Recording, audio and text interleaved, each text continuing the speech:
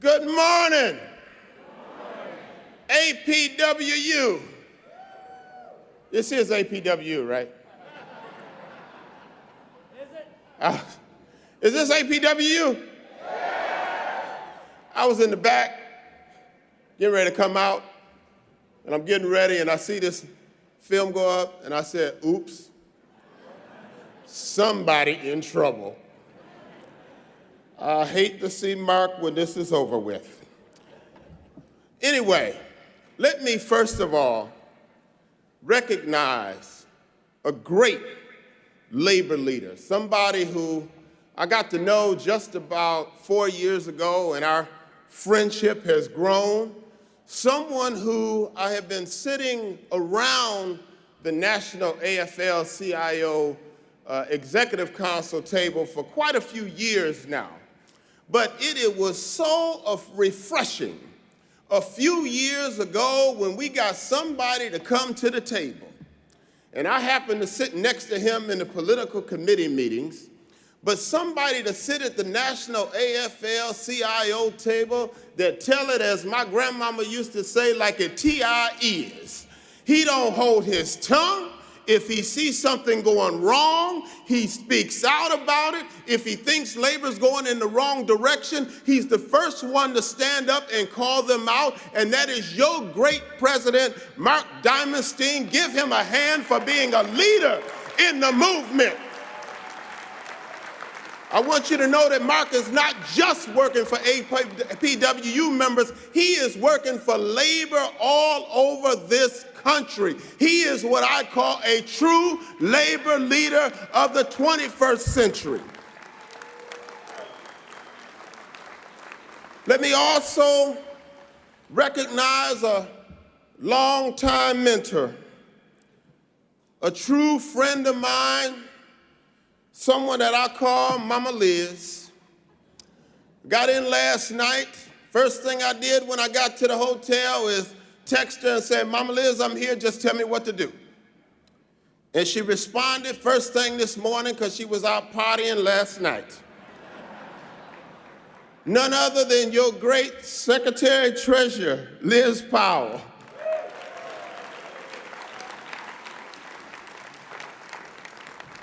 Now, as Liz said, when she was doing the introduction, and that was so good, Liz, I can't wait to hear what I got to say. I mean, that was a great introduction. I was back there like, wow, he must have something to say. Oh, that's me.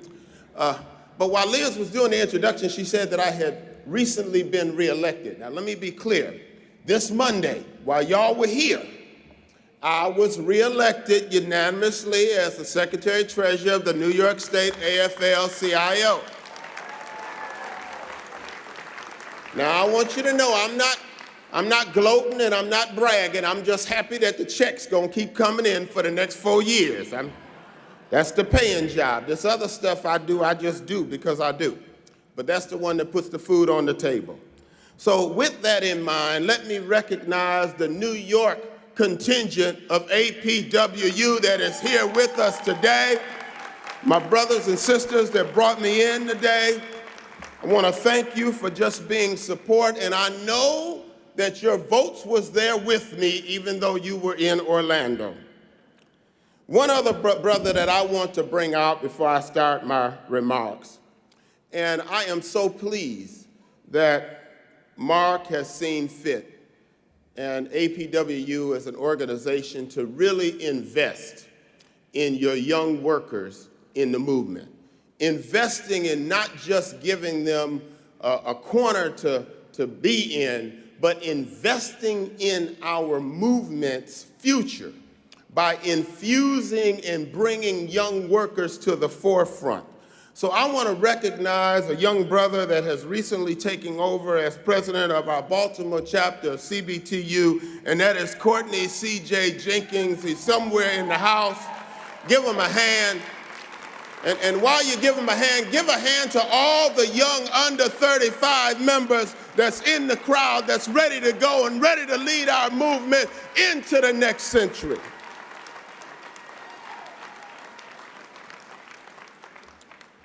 My sincere gratitude to Mark for giving me this time to talk to all of you this morning. It is always a great thing to be in a room of hard-working women and men. As postal workers, you are the face of this nation. You symbolize the tenacity and strength of the American spirit. When we talk about the consistent, we all know we mean postal workers. Your motto of working through all conditions is honestly the motto of the American spirit. You are the real America, and you represent the best in this country. A career as a postal worker was once and still is a status symbol in this country.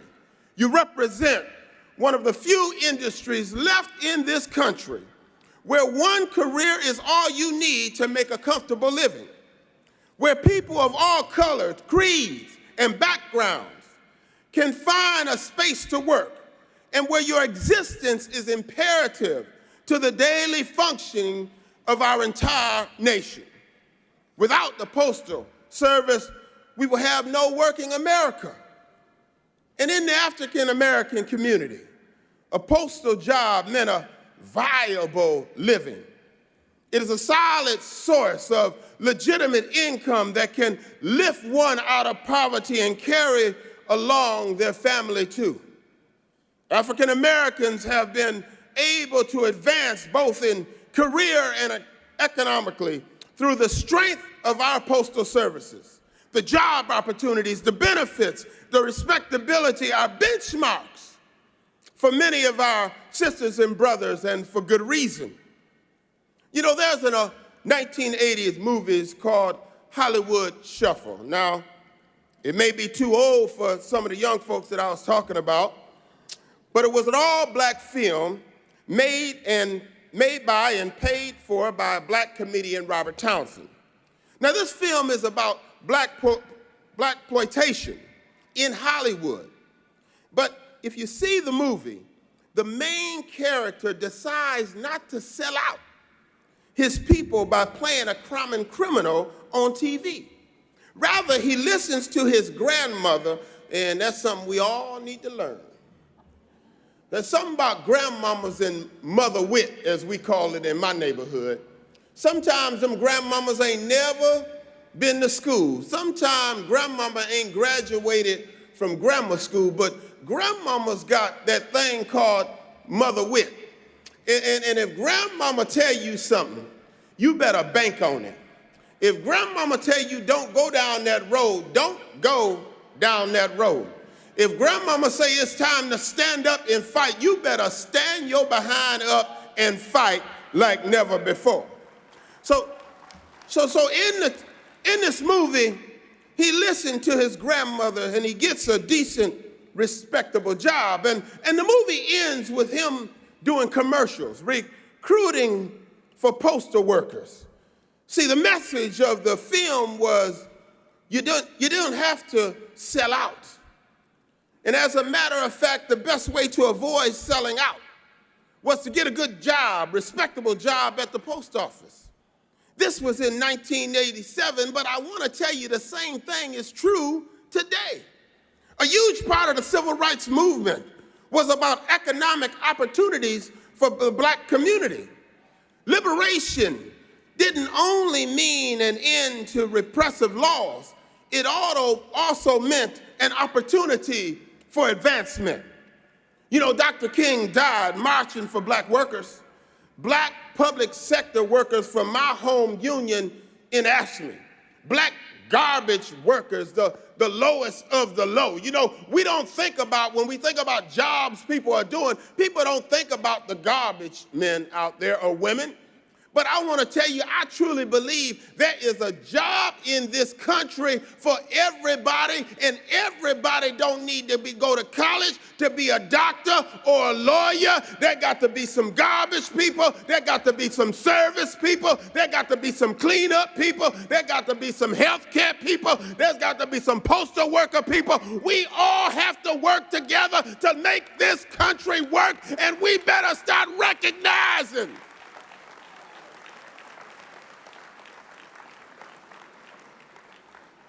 And when Dr. King spoke, Dr. King didn't just talk about black people. He talked about all people of all creeds and all colors. To be free in America, the one thing he said is that you need money. The civil rights movement knew that economic poverty was just another manifestation of slavery. It was economic slavery, being similarly deprived, just not bullwhipped. To break this, our people needed good jobs, good public jobs that provided us with a way out of the ghettos they forced us into in the first place. This is the legacy and hope you now embody every day on the job. It is the same legacy that led to the Grand Alliance. Over 70 organizations have joined you in demanding a reinvestment into our postal service, and CBTU is proud to be a part of the Grand Alliance. We will stand with you, we will march with you, we will go with you, we will defend every part of what we are doing. In this nation, we keep cutting budgets for our livelihood, but always seem to find money for bombs and war. So this Grand Alliance was formed as a way to say it's not just a worker issue, a union issue, or even a community issue. This is a national issue. Postal service are our veins from which all activity flows. Without it, we all fail as a nation. You are an untapped resource, a revenue generator if we actually utilize what you offer appropriately. Postal banking is a huge asset that has yet to be fully expanded.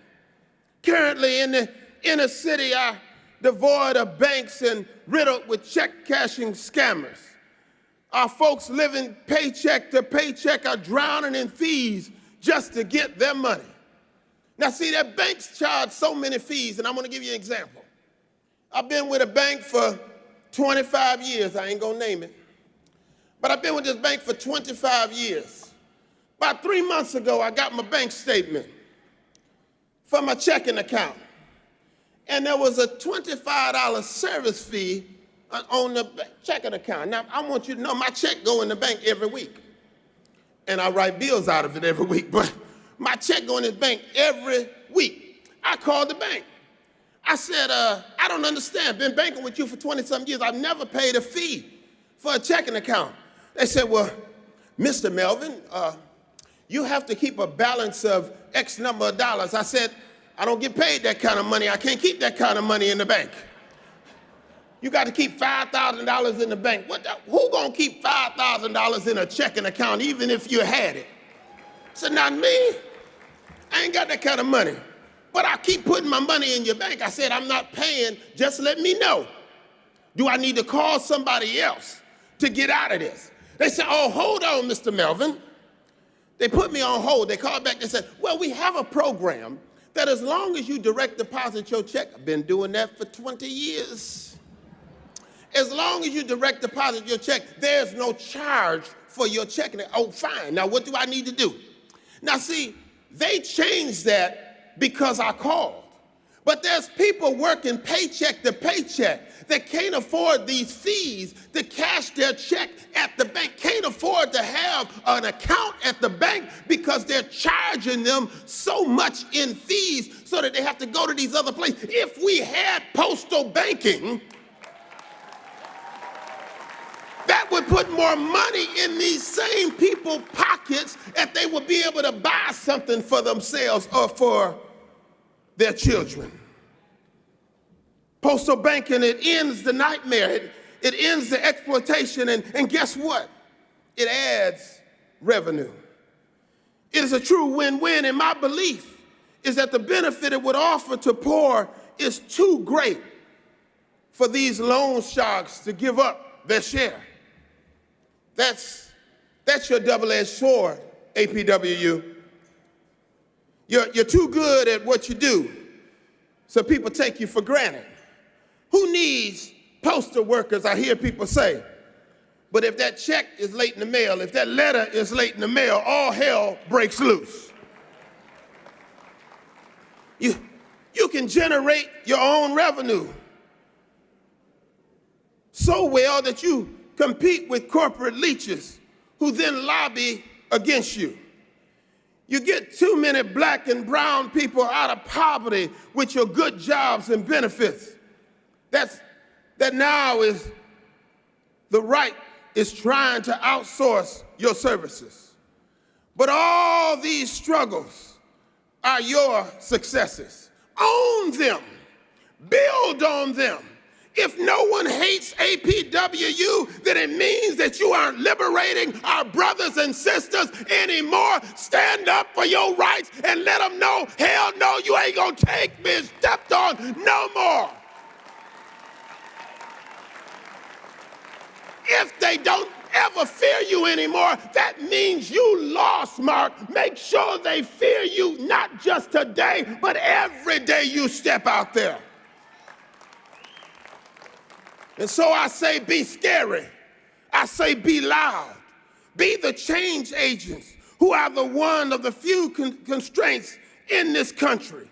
Be the great union you have built over the years. Be the fighters we need to make our dreams reality and tomorrow better than today.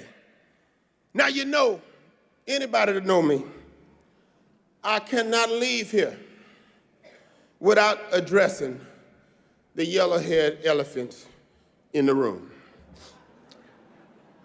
And as a candidate running for national office, who is stroking the fires and riling up the masses in a fury of racism, misogyny, homophobia, Islamophobia, and anti-government hysteria. He's tapped into the basest fears of people and is stirring them up. We've heard this rhetoric before and it's never resulted in anything positive. His words mirror some of the worst leaders in history and set a tone that draws us back to the days of Jim Crow, Japanese internment camps, and trials of tears. His treatment of women is a source of material for anti-harassment training. His entitlements and arrogance is a platform for the 99% movement.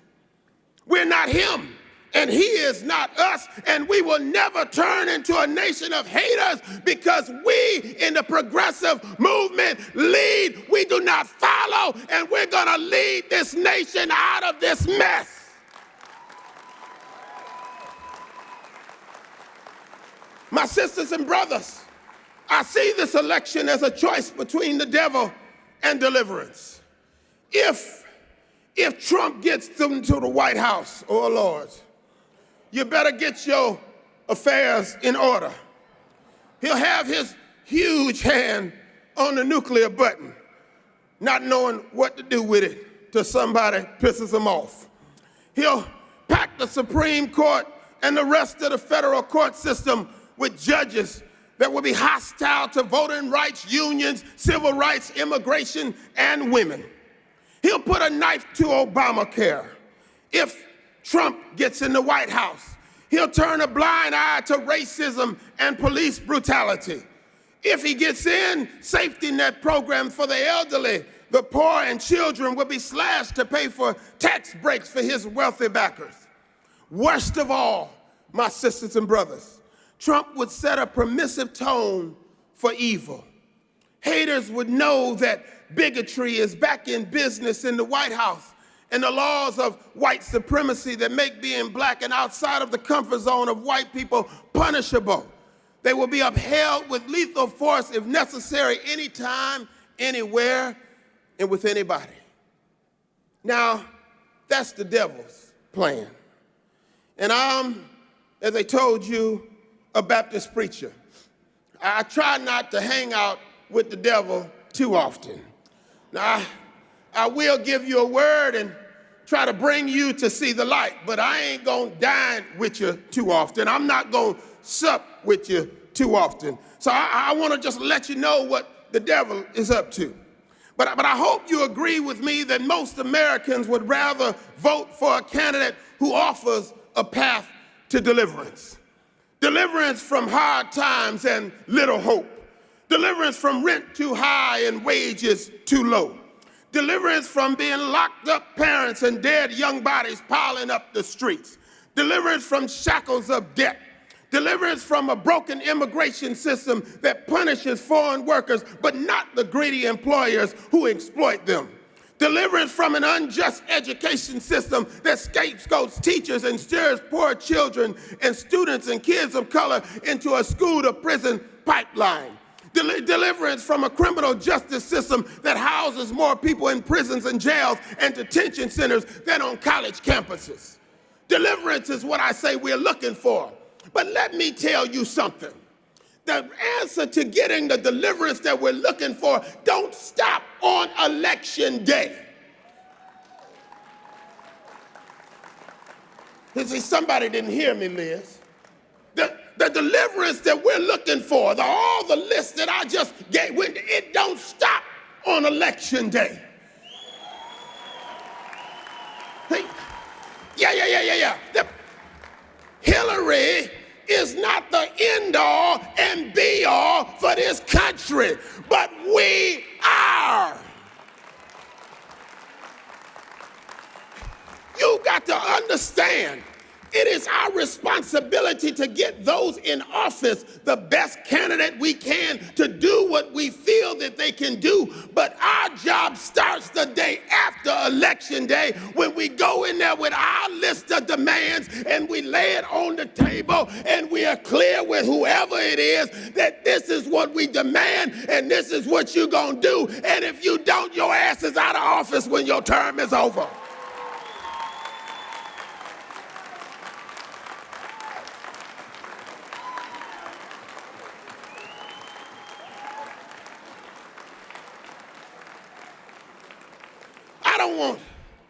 I don't want anybody to leave this APW convention thinking, oh, we have endorsed a candidate and it's all over. All we need to do is get folks to the polls.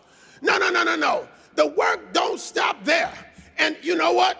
Mark and Liz can't do it by themselves. You're the leaders of this movement. You got to take this word back. You got to take it back, and you got to kick ass in your own districts. Oh, wait a minute. I forgot. This ain't Sunday morning, right?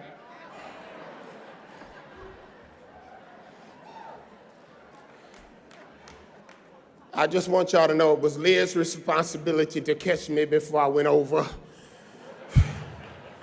She just let me keep going. We've got to come together to keep America heading toward the light of justice and equality. We can't backslide into the dark days of Jim Crow and hooded vigilantes or church burnings.